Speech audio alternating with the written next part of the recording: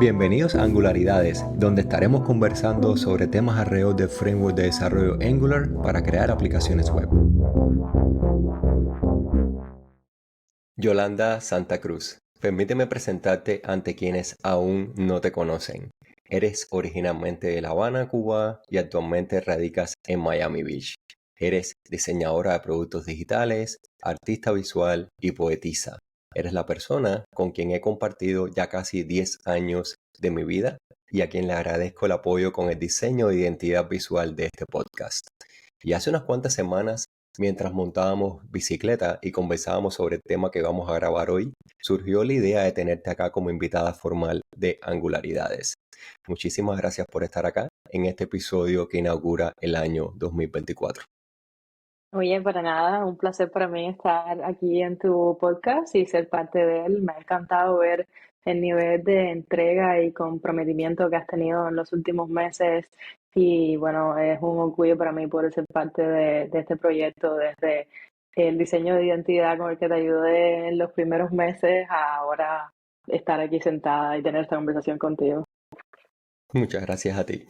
Pues bueno, yo he tenido la oportunidad de verte progresar en tu carrera profesional a través de una larga lista de nombres de roles. Diseñadora gráfica, diseñadora web, diseñadora de interfaz gráfica, diseñadora de experiencia de usuario y en los últimos años diseñadora de productos. Cuando uno comienza en el sector laboral, tiene en el mejor de los casos una vaga idea de cuál va a ser el tipo de trabajo que uno va a estar ejerciendo de aquí a 10 o 15 años. De hecho, con la velocidad no lineal con la que se mueven todas estas industrias, es altamente probable que no exista aún ni siquiera el nombre de ese rol que nos va a ver, que nos va a despedir cuando nos llegue la edad de retiro.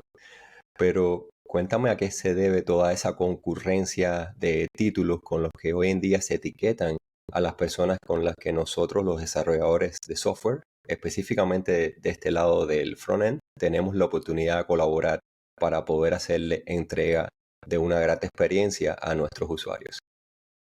Sí, seguro, ese es un tema que tiene bastante por donde cortar porque si te pones a leer artículos en la industria, hay como muchas conversaciones pasando en cuanto a si realmente se necesitan tantos títulos como los que acabas de mencionar, si lo que estamos haciendo es tratando de hacer un rebranding de nosotros mismos al cambiar de UI a UX, a Product y Service Designer y todos los demás títulos que vienen en el intermedio o en diferentes áreas de especializaciones. De la manera que yo lo veo, que recientemente casualmente estaba teniendo una conversación con un compañero de trabajo y empezamos a conversar sobre este tema y terminé escribiendo un artículo porque creí que para mí era importante al menos definir cómo yo lo veo y es en el sentido de que nuestra industria se ha expandido tanto y ha ampliado tanto sí, su extensión durante los últimos años, que tiene sentido que hayan muchas especializaciones y dentro de cada especialización haya subespecializaciones. Por ejemplo, si lo buscas en otros campos que son igual de densos, como se está poniendo ahora mismo el mundo eh, el diseño de productos digitales, yo pienso en los doctores, que tienes, por ejemplo, una especialización que es la neurología, pero dentro de la neurología también tienes subespecializaciones, que es la neuropsicología, la neurocirugía y otros miles que tú puedes buscar dentro de cada categoría. Entonces, para mí, cuando uno dice que uno es diseñador, tiene sentido que haya un diseñador que puede ser diseñador de interfaz, pero quizás dentro de ese diseñador de interfaz está el diseñador visual, está el diseñador de animaciones, porque te estás subespecializando dentro de cada área que escogiste. Para, por ejemplo, un user, usuario de experiencias, tratando de hacer la traducción en mi cabeza de inglés al español, pero para un diseñador de experiencias, por ejemplo, puede haber otras subcategorías que sean el user researcher o el content strategist, el estrategista estratega de contenido. Estratega Eh, de contenidos. sí, Sí. nunca lo había dicho en español, pero para mí sí tiene sentido cuando, por supuesto, es un poco difícil para alguien que viene de fuera de la industria y tú empiezas a decirle todas estas subespecializaciones y es como, pero no es lo mismo, pero no, realmente no es lo mismo. Cuando tú empiezas a aprender las particularidades y las intrinsic, ¿cómo se dice la otra palabra esta? Como las particularidades de cada rol, te das cuenta de que no, que al menos desde mi punto de vista tiene sentido cada título que hay allá afuera y educarte cuando estás hablando con alguien que te diga, no, yo soy este tipo particular de diseño, de diseñador, porque así sabes en qué es lo que dedican la mayor parte del tiempo. Y bueno, pues eso. Y la primera parte de lo que trajiste a cuenta cuando comenzaste tu pregunta, que pensé que por ahí era por donde iba a ir, de que uno no tiene idea de los roles en los que va a terminar trabajando de aquí a 10 años y tienes toda la razón con eso. Cuando yo empecé como diseñadora gráfica, yo no tenía idea de que existía diseño de producto, era una cosa que no se hablaba en el momento y ahora está en todas partes, pero en su momento yo jamás pensé, oh, voy a tener esta línea en la que voy a transicionar exactamente como dijiste, de diseñadora gráfica a este punto, a este punto, a este punto y llegar hasta donde estoy hoy. Eh, es muy difícil tener esa claridad desde un principio, pero pienso que es muy importante estar al día con las tendencias, estar viendo a dónde está yendo el mercado, qué es lo que más hace falta en su momento. Y bueno, si es algo que te interesa, empezar a estudiar, a ver cómo te puedes inclinar hacia esa ruta. Y con toda esta variedad de roles que existen en el mundo de las interfaces gráficas, ¿hasta qué punto están dependiendo de la velocidad con la que se mueve la tecnología o de la manera en la que se tienen que gestionar los recursos humanos a nivel de compañía o sencillamente la sobreespecialización que ocurre en campos que ya van madurando? ¿Cuál crees que sea el balance, la causa e incluso el posible futuro para poder tener una convergencia o una estabilidad a la hora de no tener que estar lidiando? Casi que todos los años aparece un nuevo título o algo nuevo que está causando este tipo de tendencia que hemos visto en los últimos 10 o 15 años. Para mí, para volver al ejemplo de la medicina, porque es uno de los campos en los que sé que hay más subespecializaciones, no es una cuestión de limitar los nuevos títulos que ocurren, porque si se crea un nuevo título y es porque hace falta que haya ese título en la industria, ¿qué necesidad? ¿Sabes? Por ejemplo, si se entiende ahora que está el cirujano vascular, porque es el que se especializa en esto otro, porque quieres meterlo en la categoría de la neurocirugía, o ¿sabes? ¿Por qué vas a tratar de decir que este cirujano que se especializa en neurología es un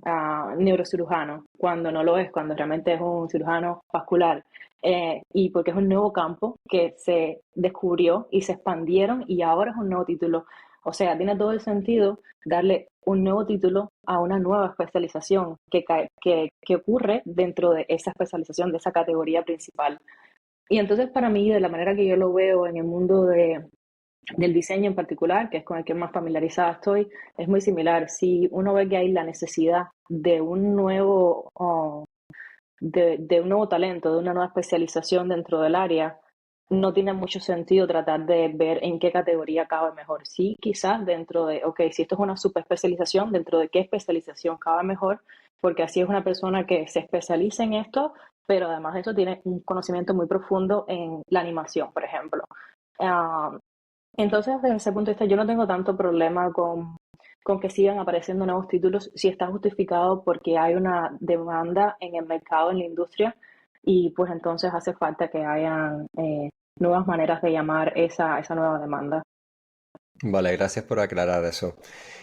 Y desde el punto de vista de la comunicación entre desarrolladores y diseñadores, ¿cuál es la ventaja que ves en que las personas que programamos y convertimos en componentes, digamos, reales, lo que va a ser procesado y representado en una pantalla, sepamos usar esas herramientas que ustedes emplean para diseñar la interacción de los usuarios con las aplicaciones digitales? Vale, pues las ventajas para mí son miles en cuanto a cuando hay más compenetración desde el punto de vista del desarrollo con el diseño, porque, por ejemplo, por citarte alguna de ellas, es que muchas de las herramientas que tenemos de diseño hoy día permiten colaboración en tiempo real. Y entonces, si tienes un equipo que está familiarizado con cómo utilizar las herramientas como Figma, puedes tener esa colaboración en tiempo real con el resto del equipo. Puedes tener versión de historial que se puede revisar dentro de la misma plataforma de diseño. Entonces, si tú eres un desarrollador y tienes dudas de, oh, ¿cómo lució este diseño hace 2 semanas? Y sabes utilizar la plataforma de diseño que se está utilizando, puedes tener acceso a eso. También hoy día muchos de estos softwares tienen la capacidad de generar código. No sé cuán bueno sea el código que generan, pero por ejemplo, si tú tienes un componente y puedes revisar el código que te está dando ya Figma en CSS o en Swift UI, en el lenguaje que uno escoja, quizás de ahí ya puedes ahorrarte un poco de tiempo si sabes cómo inspeccionar el panel y ver qué puedes sacar de ahí. Eh,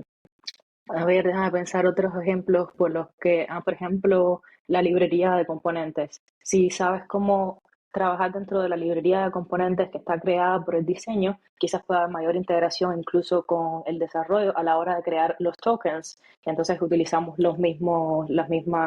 naming Notaciones, conventions. Si estaba pensando como la tradición también de ujú, naming conventions, como los mismos convenciones de nombres. nomenclatura o algo así. Exactamente. Entonces, si está esa compenetración entre las herramientas que tanto yo sepa usar, o al menos cómo funcionan tus herramientas desde el lado del desarrollo, a cómo funcionan mis herramientas del lado del diseño, pienso que se logra una mayor cohesión a la hora de desarrollar algo y sentirte tú cómodo con la herramienta con la que trabaja uno de tus principales colaboradores. Que uno no entre a un espacio como Figma y creas que estás ahí nada más que para ver el diseño como quedó al final, sino que realmente te sientas que puedes participar y puedes navegar la herramienta y sacarle lo mayor de su potencial, que ahora mismo tiene mucho, especialmente con la nueva integración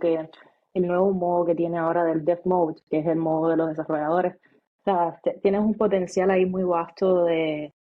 de opciones que te van a facilitar la manera de desarrollar si sabes cómo explotarlas. Exacto. ¿Y hay algo más que las personas detrás de desarrollo e ingeniería de software debamos tener en cuenta para maximizar la oportunidad de colaboración en un equipo multidisciplinario? Porque me encanta que hayas tocado los protocolos de comunicación para reducir fricciones o tratar de agilizar todo el proceso de desarrollo. Incluso cuando se está hablando de los mismos términos, empleando vocabularios en común entre ambas disciplinas, la facilidad en la que uno puede lograr interactuar con las diferentes personas del equipo es totalmente viable para ir llevando el desarrollo de software a una expresión donde la forma en la que se comuniquen los miembros del equipo no sea necesariamente llena de obstáculos o de elementos que puedan causar ciertas disrupciones. Sí, cómo no. Mira, el consejo que yo daría aquí, que yo siempre tengo en cuenta, pero no es solamente para la colaboración con desarrolladores o diseñadores, sino para la colaboración en un equipo en general, es tener en cuenta que, volviendo al campo de la neurología, cada cual tiene su neurodiversidad en la manera en la que piensas, en la manera en que articulas tus ideas. Normalmente cuando estás trabajando con personas que vienen de otra formación que la tuya, tienden a pensar un poco diferente, la manera que llegan a las conclusiones de las ideas es diferente y para mí es súper lindo, es una de las cosas que más me apasiona a mí cuando estoy preguntándole a alguien cómo llegó a esa conclusión y darme cuenta de que pese a que los dos llegamos a quizás la misma solución, lo hicimos de vías totalmente distintas. Y es bueno tener eso en cuenta cuando estás navegando una conversación con otra contraparte que quizás viene de otra área y saber que es que todos pensamos de una forma diferente y aprender a ver cómo esa persona piensa para entonces saber quizás cuando quieres venderle una idea o cuando quieres convencerlo de algo, saber cómo también hablar su lenguaje. Un product manager habla un lenguaje muy diferente del que hablamos los diseñadores cuando queremos convencernos entre nosotros mismos de que, oh, esto es lo mejor que vamos a hacer ahora, y sabes que tienes que ajustar el lenguaje este para que sea lo más efectivo posible. Otra cosa también que yo siempre recomiendo es la empatía, que sería realmente por donde empezaría la respuesta si tuviera que volverla a responder. Para mí tener empatía en un equipo es lo más grande que se puede aspirar, porque cuando tú entiendes que cada persona está pasando por muchas cosas en su vida que quizás tú no sabes. y más en este entorno digital en el que tú ni siquiera sabes en la casa qué es lo que puede estar pasando, puede haber un niño corriendo, puede haber pasado algo, y la persona está dando lo mejor de sí, lo tienes enfrente, pero no sabes lo que hay detrás, no sabes lo que hay pasando en ese momento en tiempo real en su vida. No es como cuando estás en un trabajo ahora que tienes ese individuo separado de su vida personal todo el tiempo. Entonces, para mí es muy importante cuando estás lidiando con una conversación, tener en cuenta de que somos seres humanos todos al final, podemos estar pasando por miles de cosas en un momento, y cuando tienes algún colaborador que ves que no te está siguiendo del todo la conversación, tratar de recordar esto, tener empatía y bueno, hacer un extra esfuerzo y saber que siempre todo el mundo va a estar dando lo mejor, siempre tener en cuenta de que las personas están dando lo mejor de sí y bueno, pues navegar con esa asunción.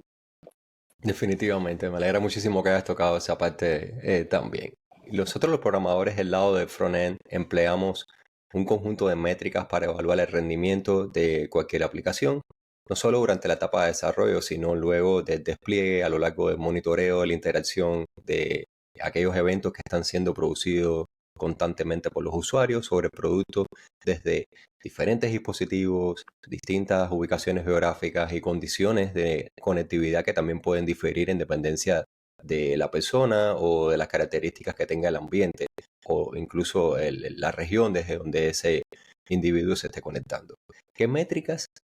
empleas tú para evaluar la eficacia de un diseño durante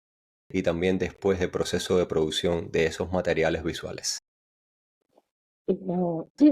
Pues similar a lo que tú estás describiendo, las métricas que nosotros utilizamos varían mucho en cuanto a independencia del producto y del proyecto en el que estés trabajando en ese momento, pero nosotros trabajamos muy de cerca con data analysts, con analizadores de data o con investigadores de usuarios y user researchers, y en dependencia del proyecto puedes estar midiendo cosas como, bueno, cuántos usuarios terminaron, fueron hasta el final del funnel, y en cuánto tiempo lo hicieron, cuántos abandonaron, en qué momento abandonaron. ¿Fue porque se pasaron mucho tiempo en la página y la cerraron o fue porque simplemente abandonaron porque se cansaron del proceso? Entonces, como ahí empiezas a optimizar. También pueden haber métricas como no sé, por ejemplo, en la cantidad de transacciones que estás teniendo en un mes, que es una cosa que al menos en mi campo ahora lo estoy midiendo mucho en mi trabajo, es como cuántas transacciones estamos haciendo por mes, cómo podemos incrementar el nivel de transacciones y cómo podemos hacerlo en la menor cantidad de pasos posibles. Tienes A/B testing, como que estás testeando muchas opciones a la misma vez. A veces tenemos cambios en el diseño que son muy insignificantes, que puede ser un cambio de eh, el orden en que se muestra la información, el color que se está mostrando, si es el color primario nuestro, el azul, o si intentamos otro color. Y entonces, en base a esas métricas, nos damos cuenta de cuál es el diseño que realmente hizo el mejor performance, y entonces ese es el que decidimos. Pero es muy similar en el campo de nosotros como en el tuyo, la cantidad de cosas que analizamos, y muchas veces, de hecho, trabajo directamente con desarrolladores porque tenemos que crear el backend structure, la estructura del backend cuando queremos hacer sobre todo A/B testings, por ejemplo. O A, B, C, D, E, F testing, porque a veces uno está probando tanta cantidad de posibles variantes a la misma Sí. vez que eso es parte de todo el proceso. Sí, a veces tienes tantas cosas flagged que ya se vuelve como un caos total, que dices, pero ya no podemos soportar tanto A/B testing a la misma vez porque ya no es A/B, ya es A/B/C/D, el abecedario entero. Entonces eso es otra cosa con la que hay que ser bastante mindful, y por cuánto tiempo vas a correr el test, por ejemplo, porque hay veces que uno dice que este test lo voy a correr por el A lo voy a correr por 2 meses, y el B también, pero entonces tienes un C que apareció justo en la mitad del recorrido, como al mes de estar poniendo el A/B testing y introduces el C, y llega un momento que tienes tantas variaciones que dices, hay Que que termina decidir siendo finalmente. superposición cuántica con la cantidad de variantes posibles a poder tratar. Ahí sí que uno no lo Exactamente. maneja con un... Porque uno siempre Sí, trata de ver la dimensión en la cual pueda progresar ese producto y la cantidad de variantes que uno les pueda traer, pero hay un punto de cierre, un punto de corte, porque si no se convierte como que en algo infinito para poder lograr. exactamente.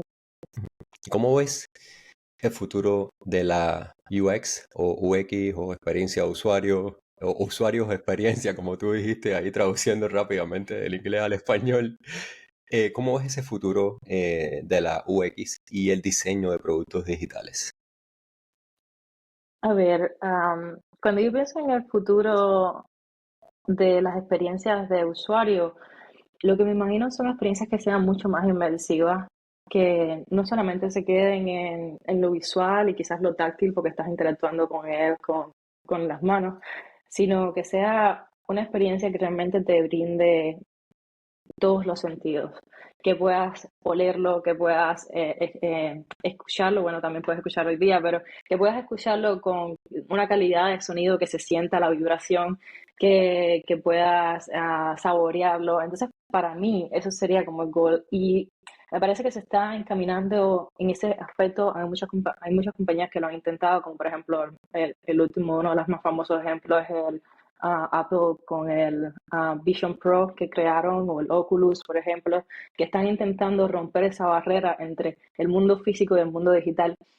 Y eso para mí sería una experiencia que si logramos hacer bien esa integración entre cómo el mundo digital puede extrapolarse al mundo físico que tenemos hoy día y mejorarlo. Como por ejemplo Google Maps haciendo una integración en la que en tiempo real estás viendo por dónde estás navegando sin tener que estar interactuando con el móvil, que hacen algo parecido ahora con el augmented reality, con la realidad aumentada que ellos tienen cuando no tienes idea de por qué calle vas a tomar, entonces coges el móvil y te detecta en qué calle estás pasando y te dice, por esta línea es por donde vas, por ejemplo. Pero imagínate que sea algo así sin que tengas que ni siquiera usar el móvil, que simplemente estás mirando la calle y te hagas esa pregunta y te diga, por esta calle es que tienes que tomar. Para mí ese nivel de integración es lo, como lo ideal para un futuro y me gustaría que fuera lo que aspiráramos, si tuviera que decidir en qué camino tomar. Me recuerda muchísimo a estos patrones de Human Eye Design que estaba refiriéndose nuestro amigo Juan Angustia, que estuvo en los primeros episodios del podcast, acerca de cómo lograr que con un poquito más de naturalidad, que esa barrera que nosotros tenemos que nos separa del mundo de este ciberespacio con la vida real, sea más cómoda para las personas que están empleando este tipo de productos digitales. Por ahí debe ir la Sí, cosa, tratando exacto. de cerrar esa barrera y hacer que las experiencias sean un poco más como sutiles a la hora de que llegue el punto en el que ni siquiera notes esa barrera, esa interfaz, que sea algo completamente abstracto o intangible al nivel en que ni siquiera te des cuenta de que estás teniendo una pantalla o algo por delante de ti que te separe de ese mundo digital. Exactamente. Para mí ese es algo que esté tan embebido en tu vida, en el día a día, que te la esté optimizando sin ni siquiera darte cuenta. Y sobre eso, de hecho, hay una serie en Netflix que nada más que vi los primeros dos capítulos y ahora me estoy acordando de que no la terminé y me parecía muy interesante como estudio de qué puede ser en el futuro las cosas. Se llama The Future of, creo, algo así. Y había un capítulo que era The Future of Dating, como el futuro de hacer dating con las personas, de hacer matching, bueno, Sí, encontrar en parejas. español, de encontrar parejas, sí. Eh, y que era esta aplicación que uno utilizaba que te iba guiando en cuanto iba buscándote posibles personas con las que tú tendrías compatibilidad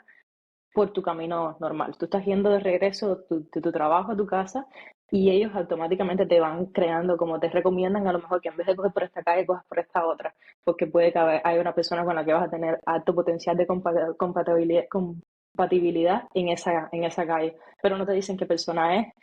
no te dicen si tú tienes que empezar la conversación o no, entonces es como muy espontáneo supuestamente, pero no es espontáneo, es planeado por un algoritmo. Es un algoritmo que te está tratando de optimizar tu vida para que tengas un encuentro que a lo mejor no hubiera pasado porque estabas a una cuadra de distancia, pero igual tú tienes el control si decides interactuar o no. Entonces eso fue muy interesante para mí como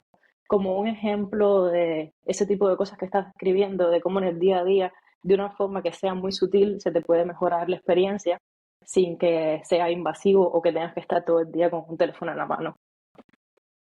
Sí mismo. Nosotros crecimos, bueno, sin teléfono, sin estas interfaces que hoy son parte rutinaria del día a día.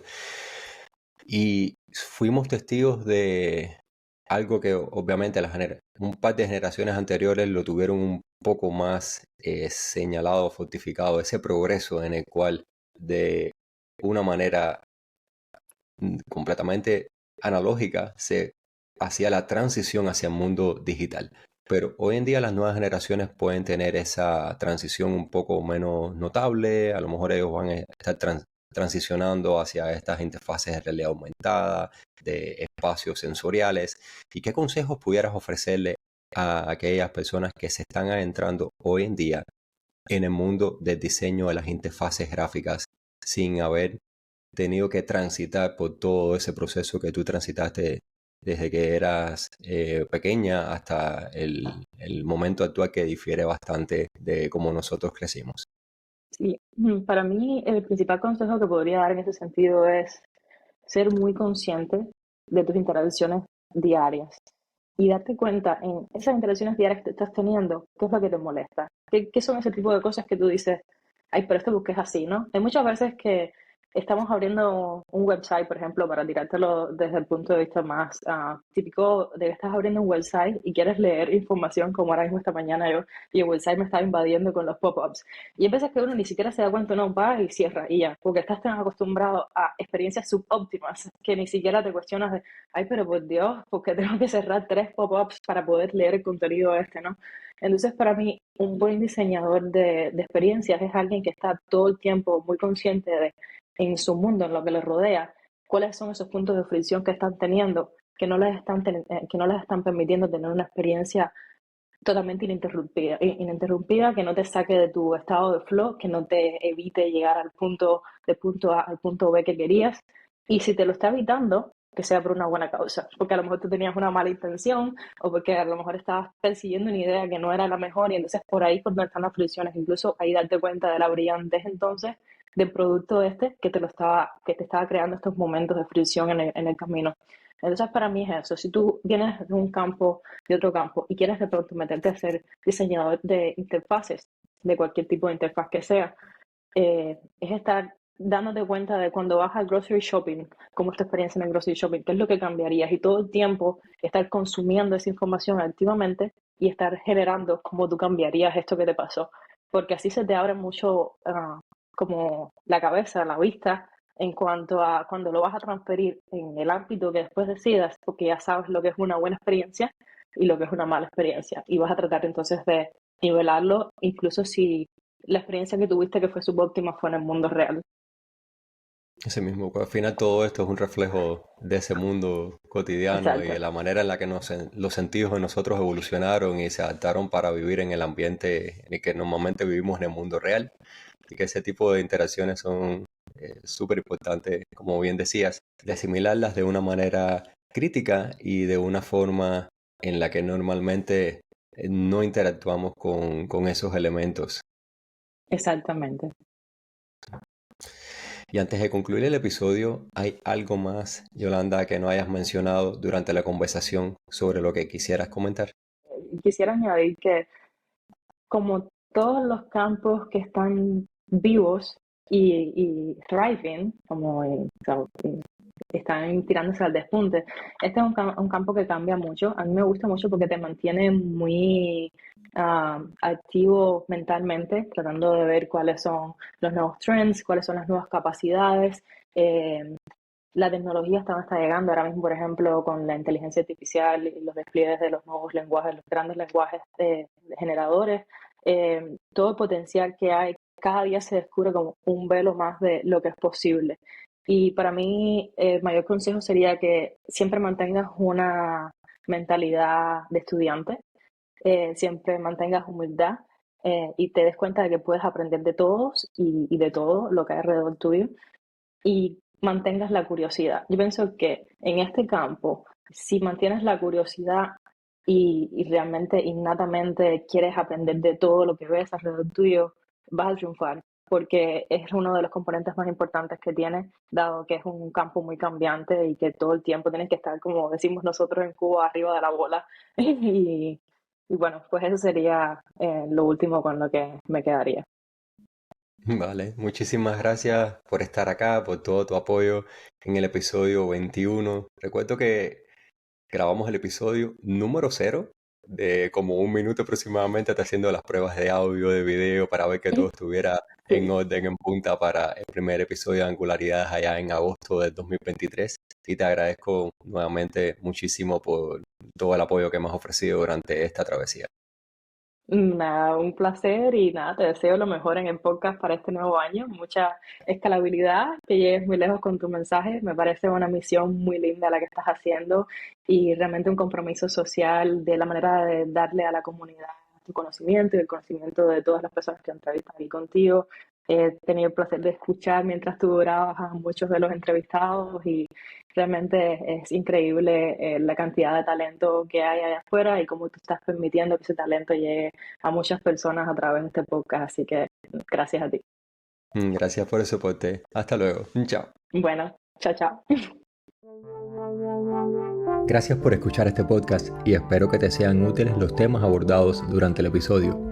Si aún no te has suscrito, te invito a hacerlo para no perderte ninguno de los futuros tópicos relacionados con frontend, interfaces gráficas, arquitectura de software y desarrollo web a través de Angular.